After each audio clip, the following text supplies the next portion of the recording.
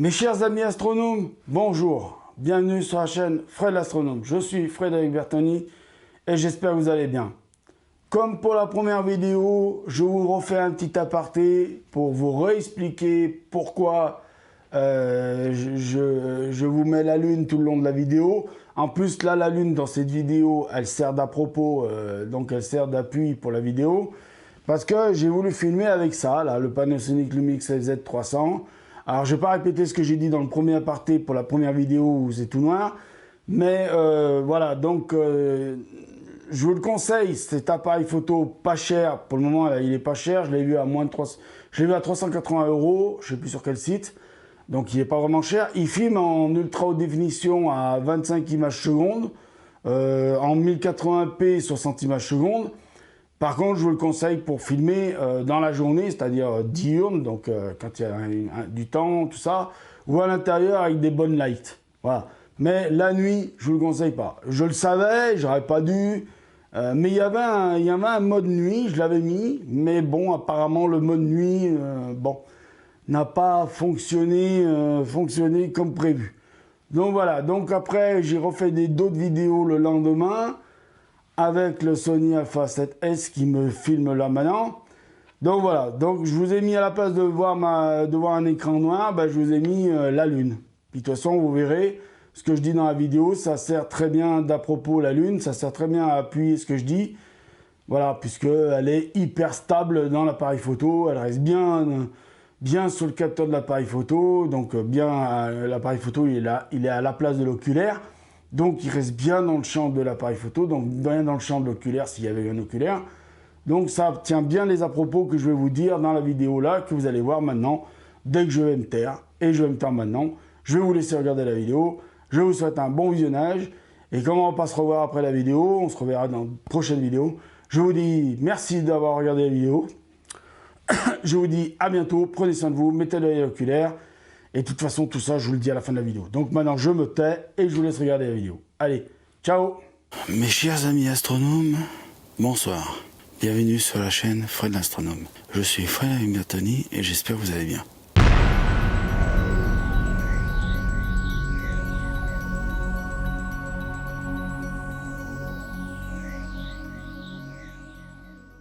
Donc mes chers amis astronomes, ce soir je voudrais vous parler d'un petit truc dans cette vidéo, que je vais faire une petite expérience avec vous.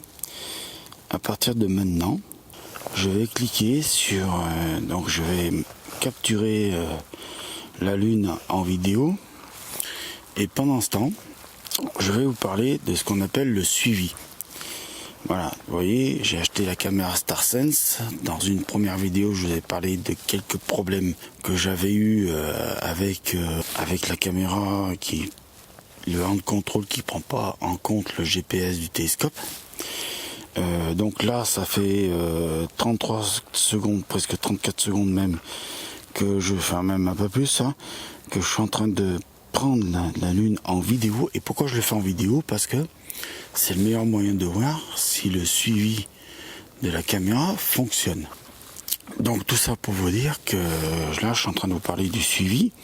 Qu'est-ce que c'est le suivi? Eh ben en fait le StarSense, une fois qu'il est aligné comme il faut, bien évidemment, eh ben sans rien lui demander, il a ce qu'on appelle la fonction suivi. Cette fonction suivi fonctionne comment? Eh ben en fait la caméra filme en continu ce que je suis en train d'observer, c'est-à-dire là dans l'oculaire, enfin là en l'occurrence à la place d'oculaire, j'ai mis mon Sony Alpha 7S et ça fait presque 2 minutes qu'il est en train de filmer. Et ben là aussi la caméra là-haut, la StarSense est en train de filmer elle aussi en continu ce que j'observe, c'est-à-dire en continu elle donne des ordres au système Goto du télescope en lui disant: il faut que tu restes sur cet objet parce que l'utilisateur il est sur cet objet pour le moment, d'accord? Voilà. Donc la caméra elle dit ben voilà, faut rester sur ce sujet là et il faut pas en bouger. Et d'ailleurs je vérifie même tout le temps, ça va faire bientôt presque on va arriver bientôt aux 3 minutes, hein, on va laisser arriver aux 3 minutes. ça n'a pas bougé d'un poil. Voilà, ça n'a pas bougé d'un poil. Voilà ce que c'est l'histoire du suivi. Et ça, c'est un autre avantage du StarSense. Non seulement l'alignement, bon, alors quand il prend en compte le GPS, il est nickel.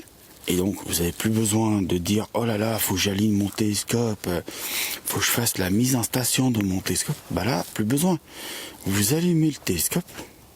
Si, bien sûr, ça fonctionne comme il faut et que ça prend en compte le GPS, le hand control et le système StarSense prennent en compte le GPS.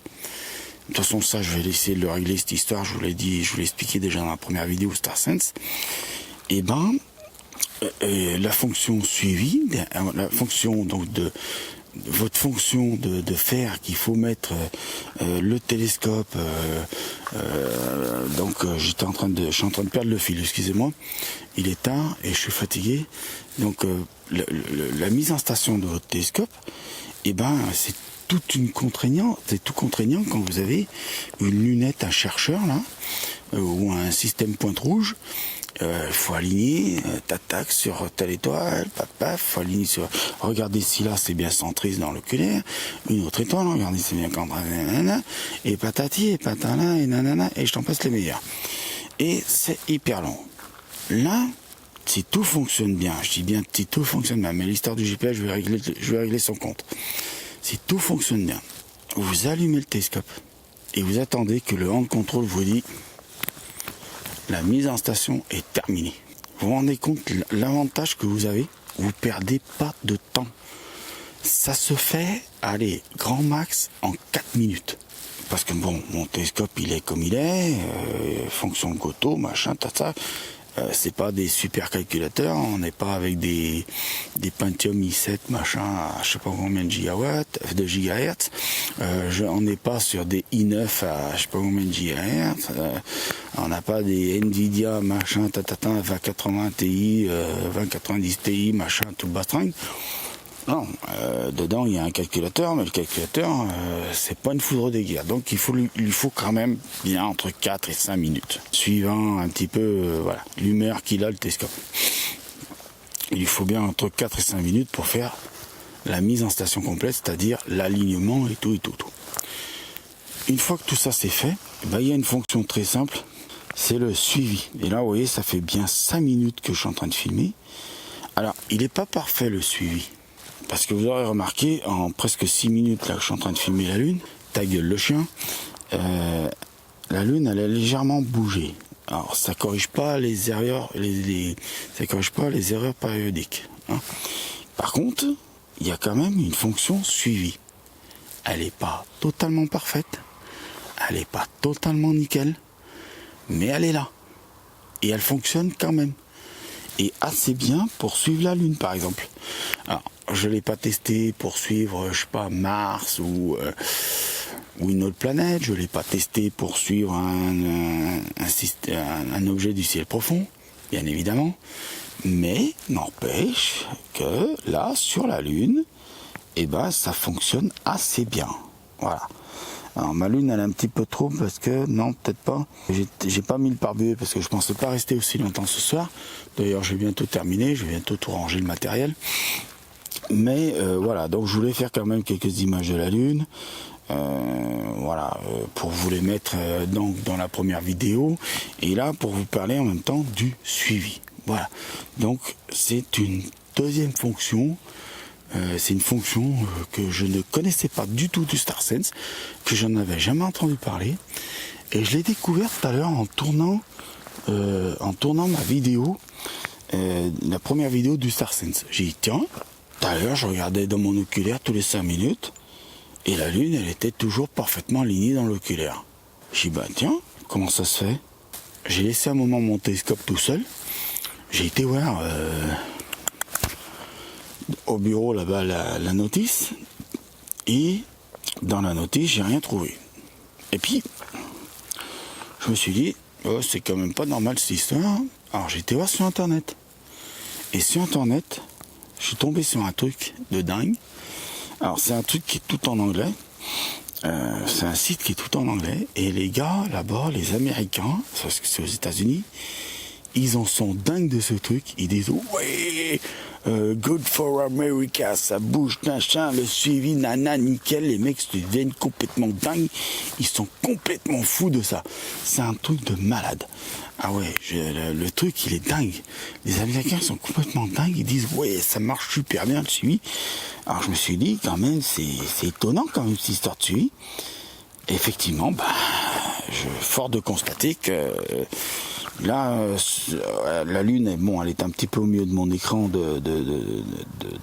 du Sony Alpha 7S. Bon, il faut constater qu'elle a légèrement bougé en 6-7 minutes. Mais si vous voulez prendre une photo nickel de la Lune, c'est quoi? C'est pas 30 secondes de pause, hein. Allez, une belle photo nickel avec un Sony Alpha 7S, c'est une seconde, même pas, hein. Tac tac, boum, c'est fait, hop, terminé. Donc si vous imaginez là, le temps que je fais la vidéo, j'ai filmé à peu près 9 minutes là, 9 minutes 1 de la Lune. Elle a à peine bougé de même pas quelques millimètres, même pas 2 millimètres sur l'écran. Vous imaginez, le suivi il est nickel par contre là, hein. Là par contre pour la Lune il est nickel le suivi, hein. On peut pas dire le contraire, hein. Voilà. Donc voilà, j'étais ravi de vous faire cette petite vidéo juste pour vous expliquer ça. Je vais pas la faire plus longue parce que ça sert à rien, il n'y a pas rien de plus à dire là-dessus. C'est une fonction que j'ai découverte. Bien sûr, je vais essayer de régler le problème de mon GPS que je vous ai parlé dans la première vidéo. Pourquoi? Essayer de comprendre tout ça, hein. Bon, voilà. Donc voilà, je vous remercie de m'avoir écouté. Je vous dis merci, à bientôt. Prenez soin de vous. Mettez l'œil à l'oculaire parce que là-haut, il y a plein de choses à voir. Bon, ce soir, j'ai que la Lune. Au moment où j'ai tourné ces deux vidéos, j'ai que la Lune. Et ouais, voilà, c'est comme ça. C'est le jeu, ma pauvre Lucette. Et j'ai une grosse araignée qui court sur mon StarSense. Elle commence à m'énerver, elle. Pourvu qu'elle y aille pas sur la lentille du StarSense, parce que sinon ça va le faire bugger. Ça va lui faire bugger le suivi. Donc voilà, donc je vous laisse là, mes chers amis astronomes, je vous dis bonne nuit, prenez soin de vous, mettez l'œil à l'oculaire. Surtout si vous sortez, ne prenez pas froid, habillez-vous, moi je suis hyper bien habillé là. Je peux vous dire, j'ai même chaud même. Allez, je vous dis à bientôt, prenez soin de vous, mettez l'œil à l'oculaire et salut, c'était Fred sur la chaîne Fred l'astronome. Allez, à bientôt, mettez des pouces en l'air, mettez des commentaires, mettez des pouces en bas s'il y en a qui veulent. Allez, ciao, salut, à plus, bon ciel. J'ai oublié de vous dire bon ciel. Salut.